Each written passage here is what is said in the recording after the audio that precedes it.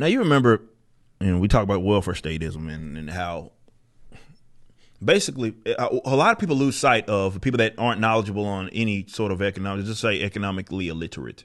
And they look at welfare statism as like this, obviously, safety net, right? You want to take care of the people who have to struggle on hard times and all of this stuff, acting as if nobody ever takes advantage of anything, acting as if there's no individual responsibility, acting as if there's no individual accountability when it comes to this sort of stuff. And also completely ignoring the bad things objectively that generally follow with a welfare state.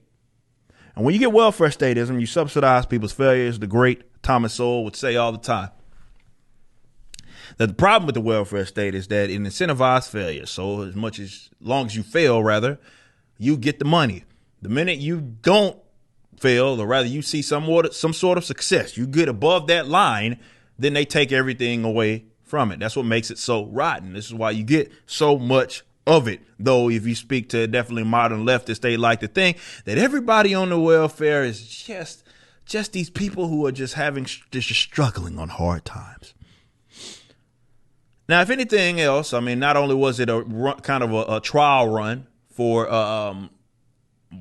like UBI, Universal Basic Income, this past year, but also showing you how welfare statism incentivizes people to not work. We saw a lot of this. We'll cover this story from Phil Shiver over at Blaze, but I've covered this many of times, and this is why you had a lot of states such as Montana starting to move away from this, like the federal benefits that were coming attached to it by way of these stimulus packages and all of this sort of stuff.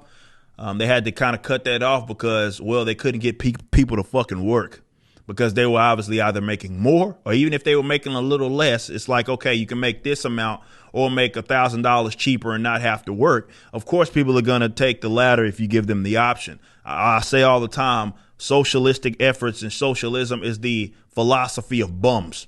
If you give them the option to not work, they'll fucking take it every time. Nearly 2 million workers turned down jobs for unemployment benefits. Adding weight to the theory that it's not a theory, it's a fact. Extended virus-related unemployment benefits has directly contributed to a labor shortage. A survey published this week found that almost 2 million workers turned down job offers during the pandemic in favor of collecting unemployment. I was talking with a guy at the racetrack down the street, even in Texas. I think they're back on their feet now, but they had to close down. Fucking racetrack, they supposed to be open 24 hours.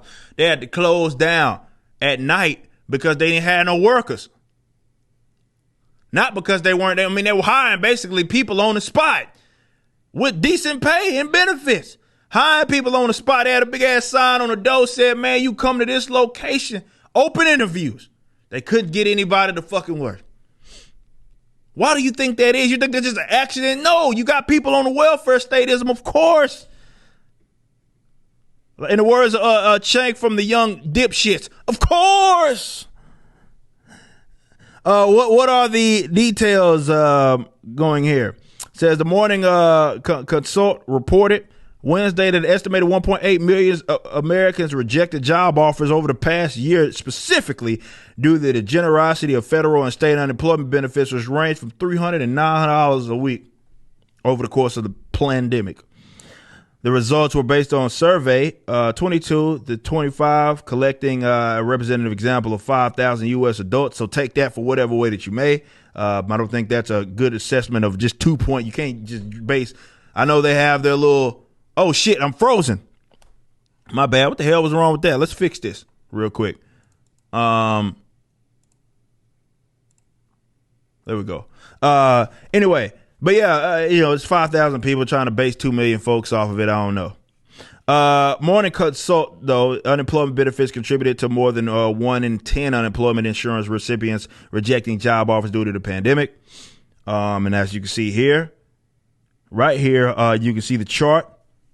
It says unemployment benefits prevented 13% of UI recipients from accepting jobs. So you had people that were, it says, to what extent are each of the following a major reason, if at all, as to why you turned down an offer to return to work?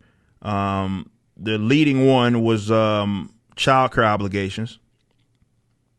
The second one was COVID-19 or any combination of reasons associated with the pandemic, which I think was a bad way to answer that question because that's probably tied into other ones.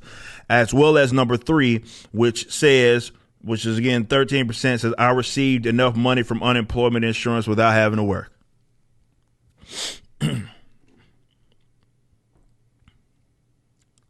Look, guys, I mean, you don't need to even be an economist to understand this.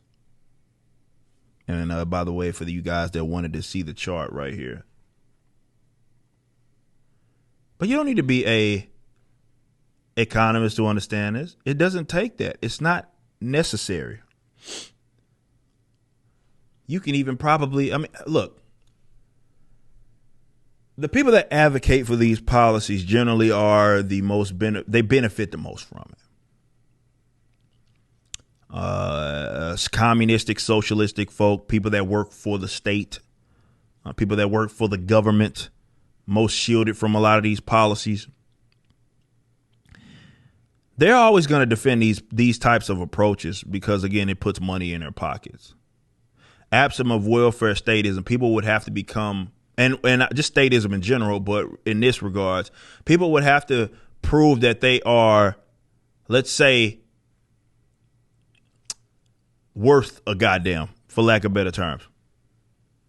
They would have to prove that they are beneficial to somebody somewhere, serving their fellow man, albeit to get paid. But hey, it's the most efficient way and the most voluntaristic way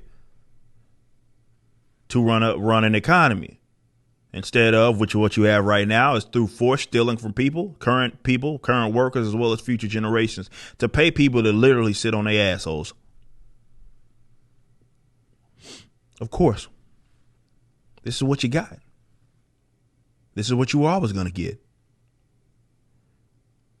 Now, there are folks that don't want to come to this realization, but all the proof is in the pudding. This trial run last year proves this, but it isn't just that. This has always been the case. These guys are not incentivized to work. Why would they? They're bums. You give them the option, sit on your ass, get free money, work and earn money.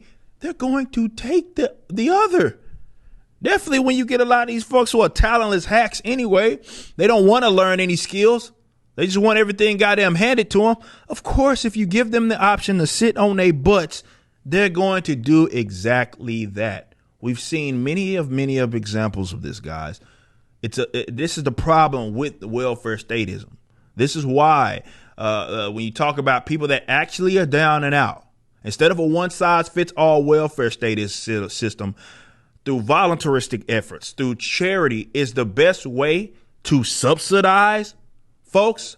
So people's dollars are going directly to people that may need it. Someone lost a job, they're in passing or something like that. But to have a complete welfare status system is the worst possible decision to make. You just watched a clip from my podcast, For Cannon's Sake. Catch us live at 12 p.m. throughout the week over at youtube.com/YoungRipper59 and follow us over at odyssey.com/@YoungRipper59. If you want to watch the entire video cast after the show is over, just be sure to become a member on the YouTube channel. Of course, the full audio portion of the podcast is available for free on all major digital platforms, or just visit forcannonsake.com.